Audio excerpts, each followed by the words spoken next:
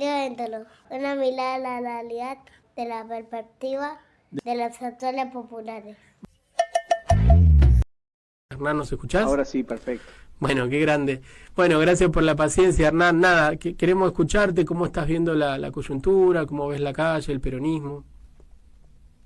No, antes que nada, perdonen ustedes las complicaciones. No, por favor. A ver, yo creo que,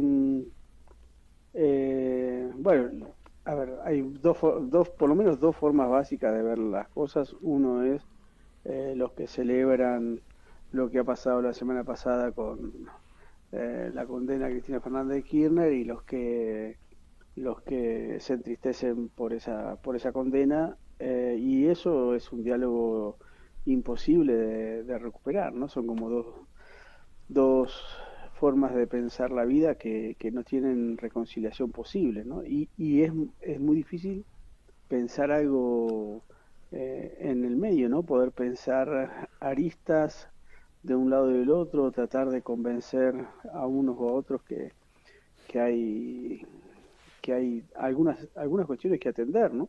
Como por ejemplo la parcialidad de la Corte Suprema, ¿no? Que uno puede celebrarla solamente si, si tiene un fanatismo muy importante, ¿no? Y creo que eso es lo que ha marcado la condena que tiene Fernández Kirchner, justamente esa brutalidad en la sociedad, ¿no? En la sociedad argentina. Y no se puede ver más que con preocupación.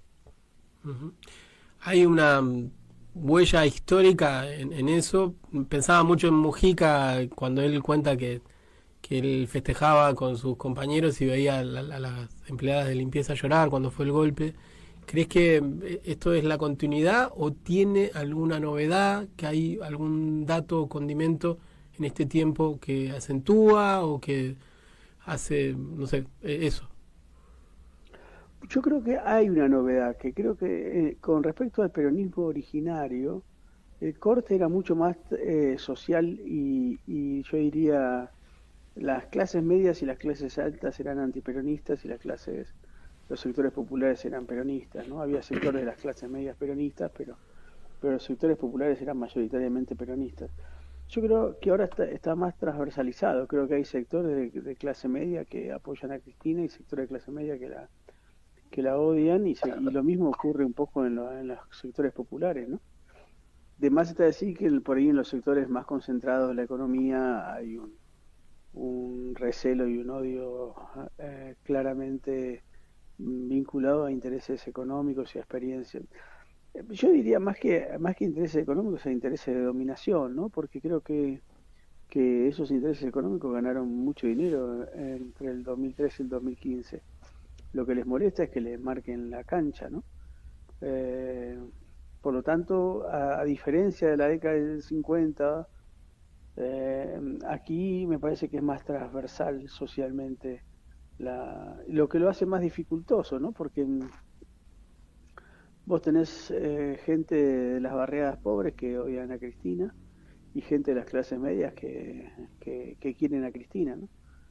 No es tan lineal y creo que esa es una de las principales dificultades de hoy, ¿no?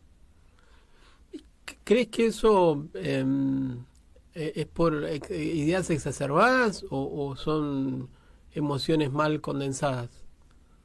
No te entendí bien. ¿Son ideas, o sea, es ideológico esa transversalidad o es pura emoción, un poco promovida por las redes sociales, una expresión emocional o es el acentuamiento de ideas? No, bueno, yo creo a ver, hay algunas cuestiones que tienen que ver con la ideología es aquello que uno no se da cuenta que no se está pensando, ¿no? No es una racionalidad que uno dice, mi ideología es esta, sino que la ideología te atraviesa y habla incluso cuando vos estás callado, ¿no? Cuando vos no pensás que estás hablando. Y cuando vos no pensás que estás pensando o hablando ideológicamente, ¿no? Esa es la principal característica. Eh, el- el- yo creo que el gran problema que tenemos en los últimos años es que el discurso político se ha vuelto muy visual, ¿no? y esa visualidad de la política hace que tengan más importancia las miradas y los afectos que las palabras, los silogismos y el razonamiento para pensar la política, ¿no? Y eso me parece que hace que, mm, que la política sea más mirada que dicha, ¿no? Que la pregunta que se utiliza ahora de cómo la ves es justamente el paroxismo del barbarismo, digamos, por hacerlo de alguna manera. Y me refiero al barbarismo como aquel que no lee ni escribe, ¿no?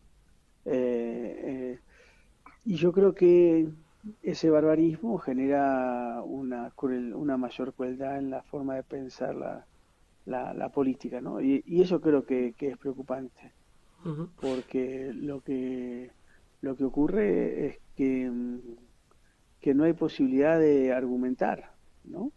Sino que uno se queda en su trinchera pensando lo que piensa en función de lo que los afectos le marcan cuando uno ve una imagen, ¿no? Entonces, no importa si Cristina tiene razón o no, sino lo que importa es cómo te cae a vos, ¿no? Cómo te cae, si te cae simpático, si te cae desagradable o te cae agradable, ¿no? Y yo creo que eso de alguna manera empobrece mucho la forma de pensar la política. ¿Sabes qué? Me pensaba que esto del flash, de la imagen, es también un tiempo más cruel, ¿no? En el cual producir. Esto lo digo porque en estas últimas horas, en compañeros, hasta en uno mismo, aparece lo emocional y pasan cosas como en algún momento algún dirigente dijo, bueno, abstengámonos, después al ratito dijo que no, y no le quiero pegar en particular a ese dirigente, sino tomar eso como imagen de es tan brutal el TikTok o la cámara o lo que fuera, que a veces hace que todo sea cielo abierto y falta ese otro tiempo de reflexión más larga, ¿no? No sé cómo ves eso. Sí, yo creo que hay en las formas de pensar la política hoy y sobre todo en las formas de mirar la política una inmediatez que hace que sea imposible, excepto para muy pocos, llevar adelante una mirada estratégica sobre la política, ¿no? Y lo que hay es este puro tacticismo, ¿no? ¿Cuáles son los movimientos inmediatos para poder ganar una elección, para poder ganar una discusión en Twitter, para poder ser más ingenioso en la forma de responder en un programa de televisión a una argumentación lógica y donde pueda disputarse algo del orden de la verdad, ¿no? De la verdad política. Y yo creo que esa inmediatez de alguna manera nos idiotiza un poco, ¿no? Mm. Pensaba en estas dos cosas que se juegan, por un lado, ¿no? Esta cosa de despertaron, algo que no sabían que iban a despertar, ¿no? Y estar como agitando, dándole fuego a la idea de un 17 de octubre inminente y después otra escena quizás de la misma militancia o incluso de la misma persona de, bueno, está todo mal, tendríamos que haber hecho y no se hizo, ¿no? Eh, ¿cómo, cómo, cómo ves que aparece el peronismo en medio de esas vorágines de tiempo, imagen y de emoción? ¿Dónde está el Bueno, peronismo? yo creo que en el peronismo hay una paleta amplia de reacciones. Hay gente que se siente muy desilusionada con lo que pasó en los últimos años, hay gente que justifica absolutamente todo lo que pasó en los últimos años, hay gente que ha estado afuera de la experiencia albertista, hay gente que ha intentado desde el albertismo boicotear alguna forma de pensar al peronismo desde el kirchnerismo. Creo que ahí ha habido internas en el peronismo que fueron inentendibles o que son inentendibles. Creo que no se puede pensar al peronismo como un todo, sino como varias partes y con sus particularidades, ¿no? Y es cierto que hay algunas personas que están, hay algunos compañeros y compañeras que están como muy, muy enredados en echarle la culpa al propio peronismo de su situación, ¿no? Y también hay que comprender que el peronismo se enfrenta a uno de a los más poderosos de la Argentina, ¿no? A los sectores más poderosos de la Argentina. Entonces, digo, los otros también juegan, ¿no? No, si vos jugás contra, no sé, contra el Bayern Múnich, eh, no podés creer que solamente perdés porque vos haces la cosa mal. Hay algo que el equipo contrario tiene que hacer bien, ¿no? Si tiene todo el poder en sus manos, ¿no? Y yo creo que eso es un poco lo que les pasa a algunos compañeros y compañeras que creen que el peronismo está en condiciones de resolver todo hacia el interior del país, ¿no? Y yo creo que lejos de poder resolver todo, tiene una capacidad ínfima de poder real. Tiene algo de poder político, o tuvo algo de poder político cuando parecía un partido hegemónico en los 90 y en los 2000, ¿no? Pero hoy esa hegemonía no se visualiza en el sistema político argentino. De hecho, tiene solo 6 provincias gobernando, ¿no? Con lo cual es muy poco. Pensaba en la decisión de Milei de no eludir la configuración del enemigo, y nosotros nos tomamos mucho tiempo y mucho esfuerzo retórico por construir ideas de que el amor podía resolver sin confrontación o lo que, y parece que en esta instancia vuelve a aparecer esto que vos decías, ¿no? De que hay un otro que a veces también opera de lleno para que no haya soberanía, para que no haya patria, para que no haya un montón de cosas que hacen al buen vivir, ¿no?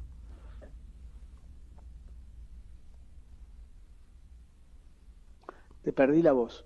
Ah, el otro como enemigo, y como Milei Ah, sí. Sí, lo que pasa se es la que jugó a eso. el otro es cada vez más cercano, ¿no? Claro, Por supuesto, el liberalismo conservador tiene, o el liberalismo, como se lo quiera llamar, reaccionario, el anarcolibertarismo, la dictadura militar, el macrismo, tiene una lógica de otredad demasiado brutal, ¿no? claro. Donde ya sea al gaucho, a los indios, a los inmigrantes de izquierda, a los negroides radicales o a los negros de mierda del peronismo, siempre esa autoridad les permite bombardear plazas y asesinar miles de personas o secuestrar y torturar a miles de personas o matar 40 personas en el 19 y 20 de diciembre, ¿no? Esas formas de otredad son brutales, ¿no? Pero también es cierto que el peronismo tiene formas de otredad que son lastimos, que lastiman también, ¿no? Y a veces ese otro es muy cercano, ¿no? Es el compañero o la compañera que no piensa como uno y se hacen enemigos íntimos brutales, ¿no? Que es lo que estuvo a punto de pasar en el peronismo hasta hace unas semanas, ¿no?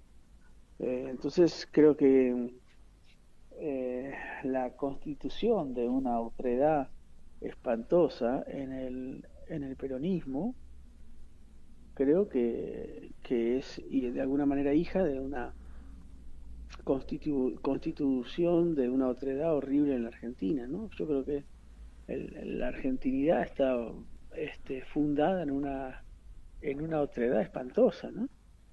En una otredad difícil de sostener, ¿no? Que además la mayoría de las veces está como velada, pero hay momentos en que sale a flote y se vuelve brutal, ¿no? Se vuelve una carnicería este país. Sí, y pensaba que en la línea de lo que venías diciendo, está bueno esto que decís, porque también es transversal a todos, ¿no? Para todos los sectores políticos. A veces, con esto que pasó con Cristina, uno pensaba de que, bueno, va a haber como, y no, sigue, ¿no? La idea de el otro me robó el deseo, el otro me robó la manera en la que lo iba a hacer, o el otro hizo y por eso yo estoy donde estoy, y Cristina está donde está, tremendo, ¿no? Sí, yo comparto esa lógica de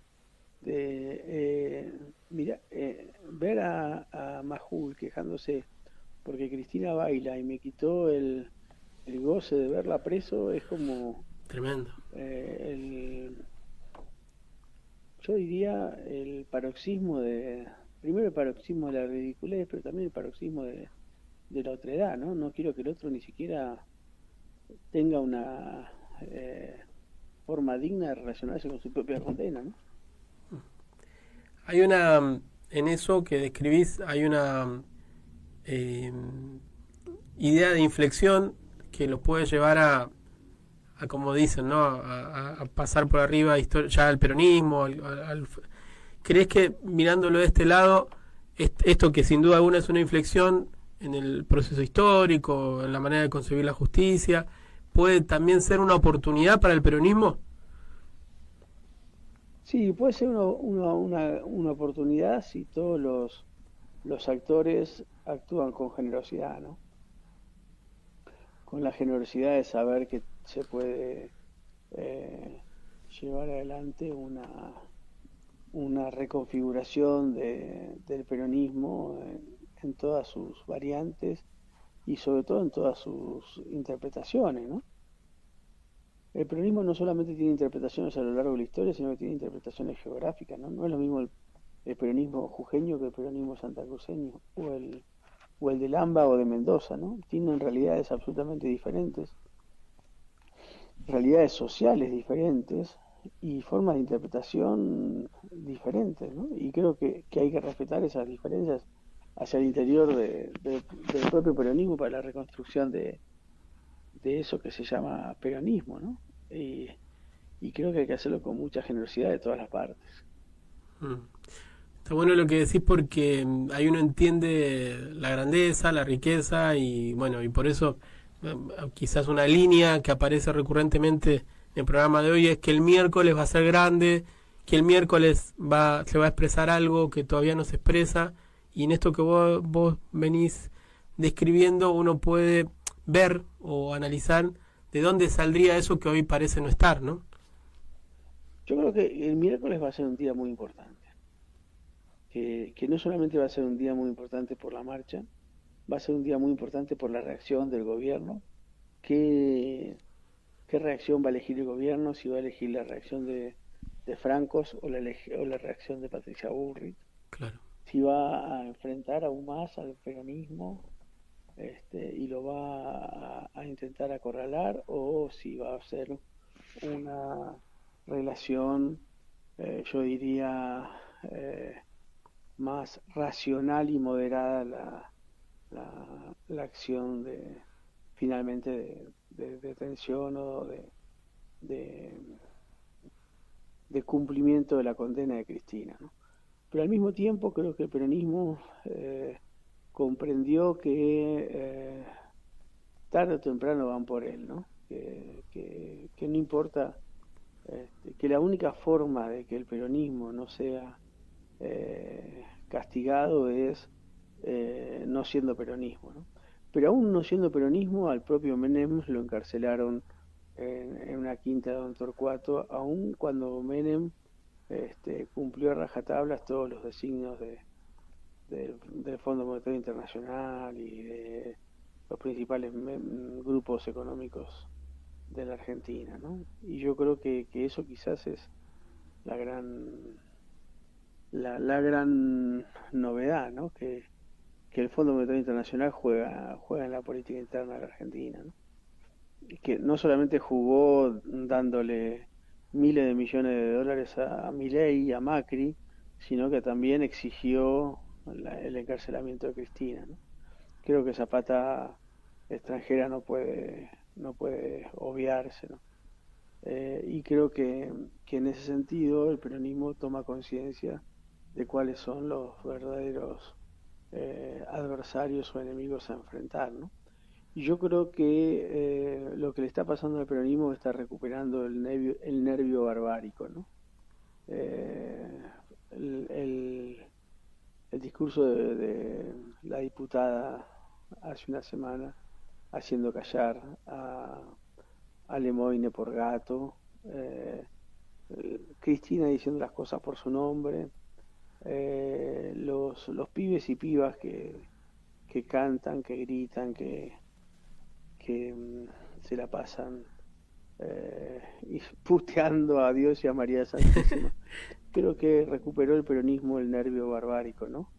Y creo que en ese sentido es importante que deje de ser tan políticamente correcto, porque con el peronismo no nadie es políticamente correcto, ¿no? Entonces, ¿por qué el peronismo tiene que ser políticamente correcto, ¿no? Me parece que ahí hay algo que es nuevo en los últimos tiempos, ¿no?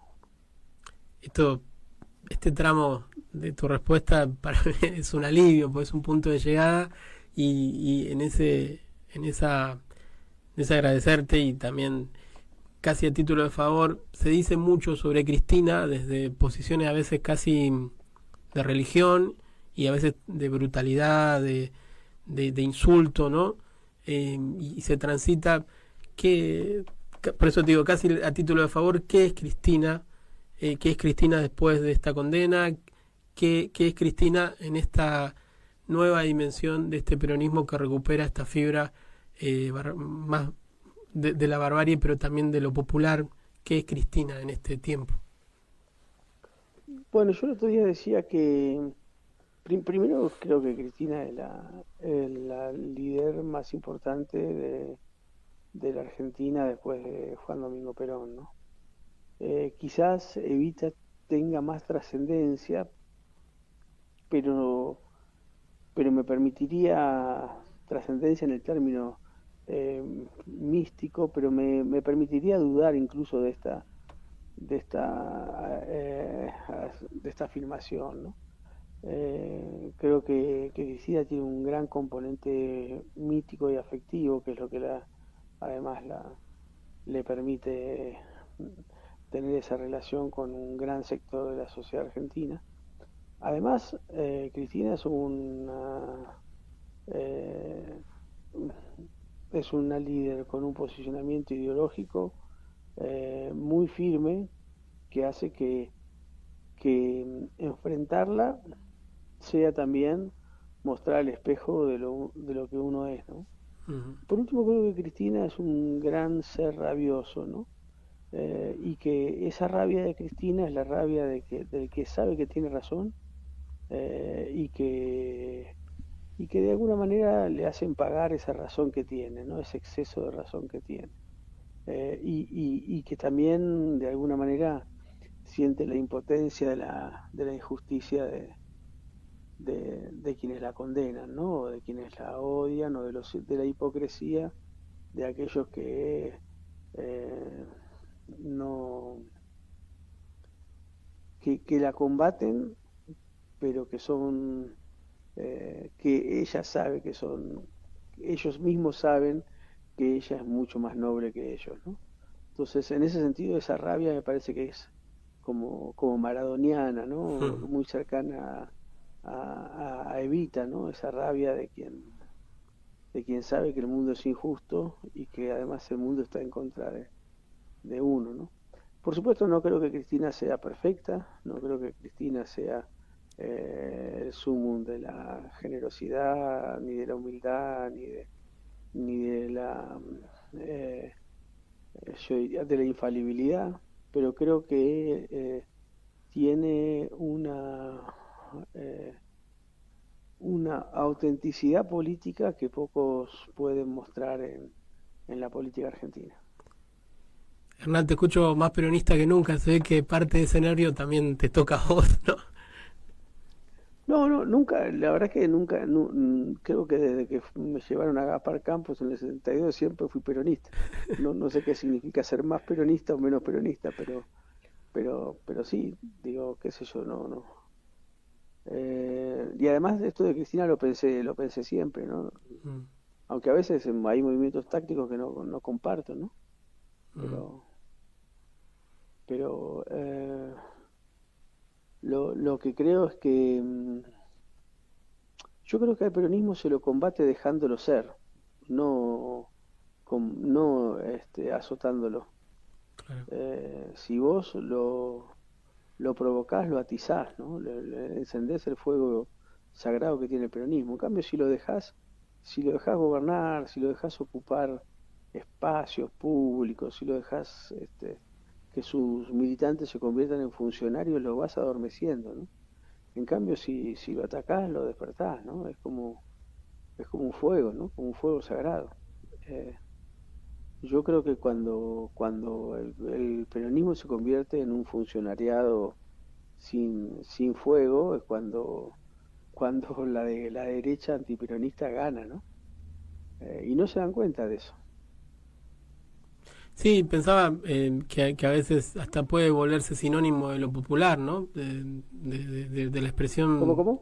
Que hasta a veces, como en este momento, se puede volver sinónimo de lo popular, ¿viste? Se confunde mucho, Sí. mucho. Se confunde, digo, no confundiéndose, sino dice, bueno, ves gente que la entrevistan, ¿viste? A veces, y se enoja y dice, yo soy peronista. Le sale Sí. como Sí. de ahí, ¿no? Como de cuando se tiene que nombrar, se nombra así. Sí, pero además si lo popular es lo perjudicado y Claro. se lo perjudica el peronismo vuelve a ser popular, ¿no? En cambio, si el peronismo es parte de la casta, y en eso Milei fue muy piola, ¿no? Convirtiendo al peronismo simbólicamente en una casta, ¿no? Si vos lo convertís en una casta, el peronismo se disuelve, ¿no? En cambio, si la mayoría, que generalmente son las perjudicadas por los gobiernos de turno, ven que el peronismo es perjudicado, se religan al peronismo. Mm. Hernán, muchas gracias, compañero. No, gracias a ustedes por el interés y por la escucha. No, y para mí la palabra puesta en el afecto y en la profundidad que lo pones vos, es un alivio a este tiempo cruel, a veces demasiado brutal en la imagen, ¿no? Valio Aleto. Sumate a Valio Aleto.